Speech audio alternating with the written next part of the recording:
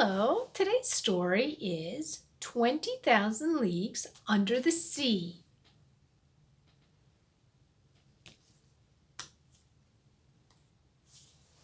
Captain Nemo was a brilliant man and a great inventor.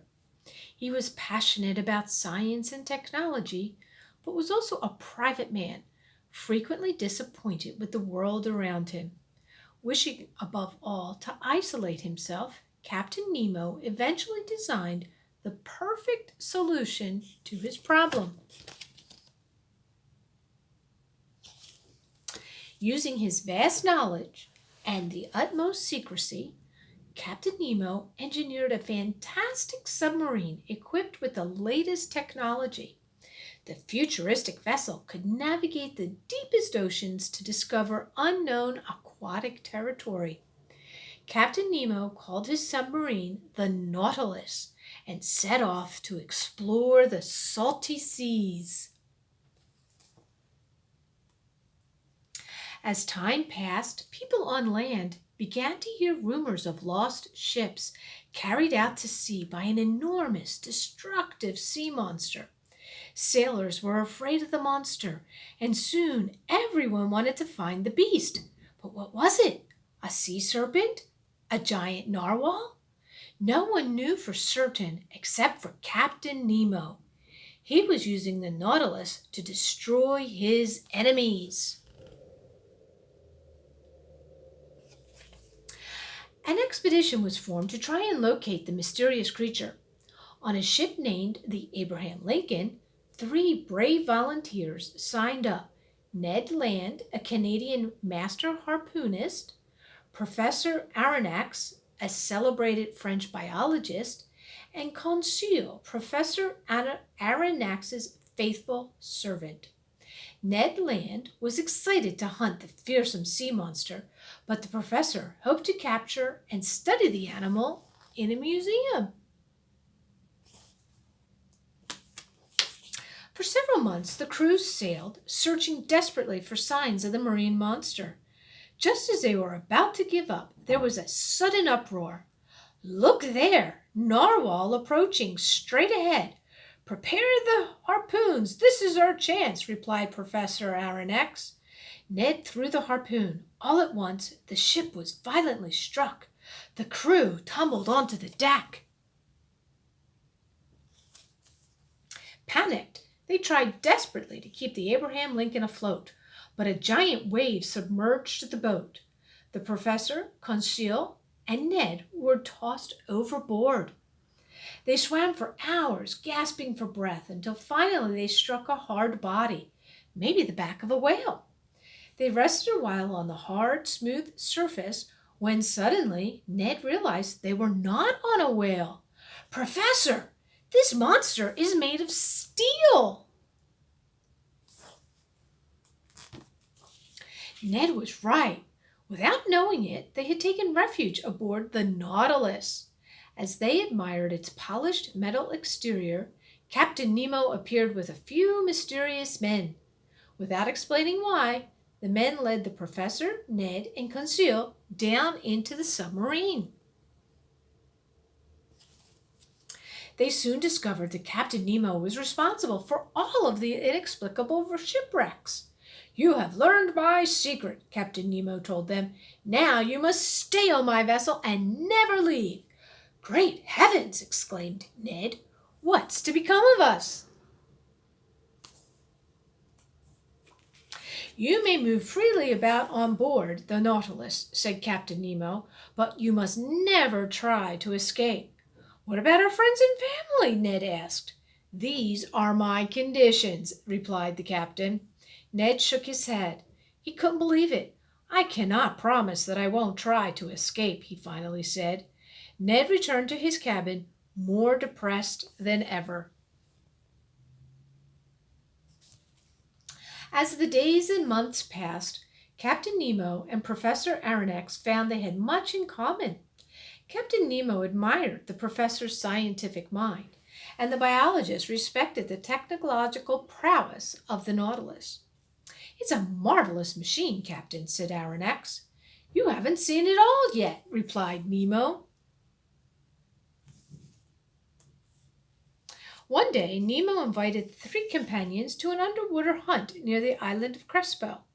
Ned Land refused, still angry at being held captive, but Aronnax and Conseil gladly accepted.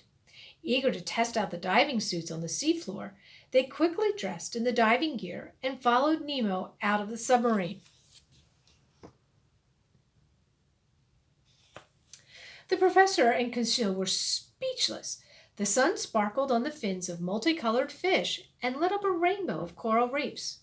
They walked through fine sand and murky mud, past rocks covered in seaweed and littered with shells. Captain Nemo hunted a giant sea otter. When Ned found out what he had missed, he was sorry he hadn't joined them.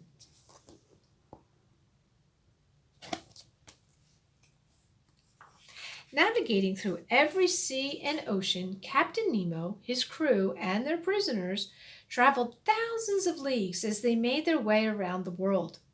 One morning, the captain decided to bring the three companions on an underwater walk to harvest some oysters. While doing so, they discovered a giant oyster that weighed nearly 600 pounds. They couldn't believe their eyes when they spotted the magnificent shining pearl nestled in the shell. But on the way back to the submarine, nothing went as planned.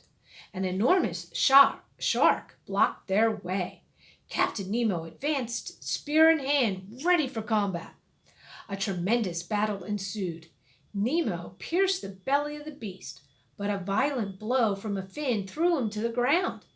Heroically, Ned Land stepped forward and finished off the shark with his harpoon, tinting the waters red.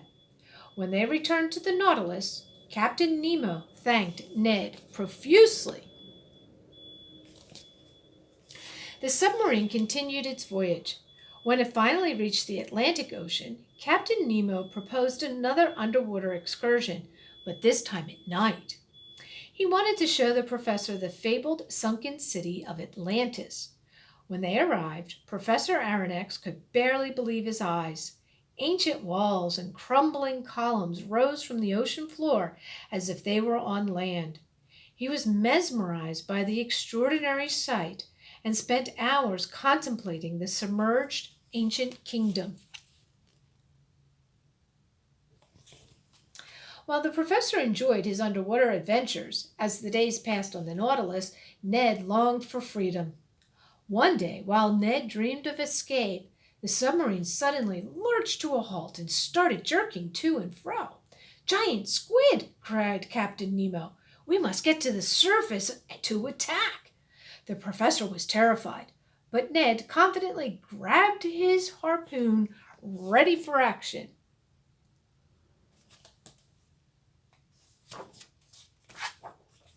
The battle was rough. The squid attacked from all sides at once. The first mate was seized by an enormous tentacle and carried out to sea. Ned nearly had the same fate, but at the last minute, Captain Nemo saved him from a giant arm with a quick thrust of his spear. They were victorious, but not without losses. The crew departed with heavy hearts, and Ned was overcome with homesickness. He had to escape. The calm after the battle did not last long. Only a few months later, the crew suddenly heard a loud explosion. It was a cannon. The Nautilus was under attack, and Captain Nemo was slowly raising the submarine to the surface. Ned saw his opportunity to escape once and for all.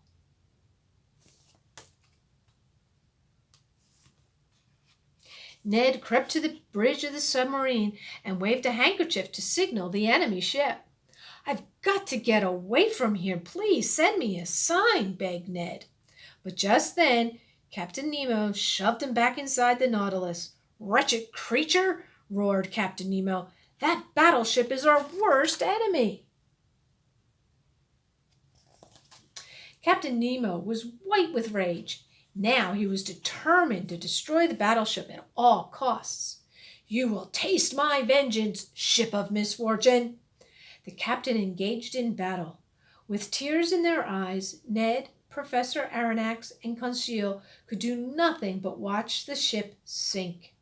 They decided it was time to get off the Nautilus as soon as possible.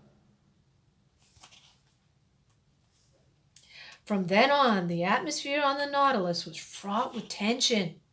While Captain Nemo navigated along the coast of Norway, the three companions finally agreed to steal a canoe and paddle to land.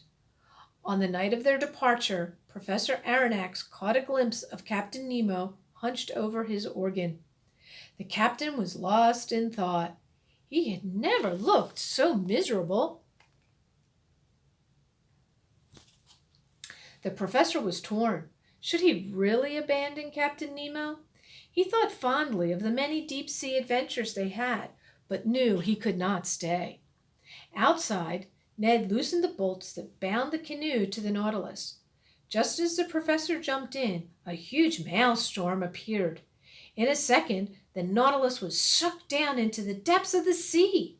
Ned, the professor, and Conseil managed to get away just in the nick of time. When they washed up on a desert island, the three companions were wild with relief to be alive. They had survived the maelstrom. But did the Nautilus? Professor Aronnax scanned the horizon for signs of the submarine. Did the mysterious Captain Nemo drown in his submarine? Would he one day reappear? No one knows for sure. The end.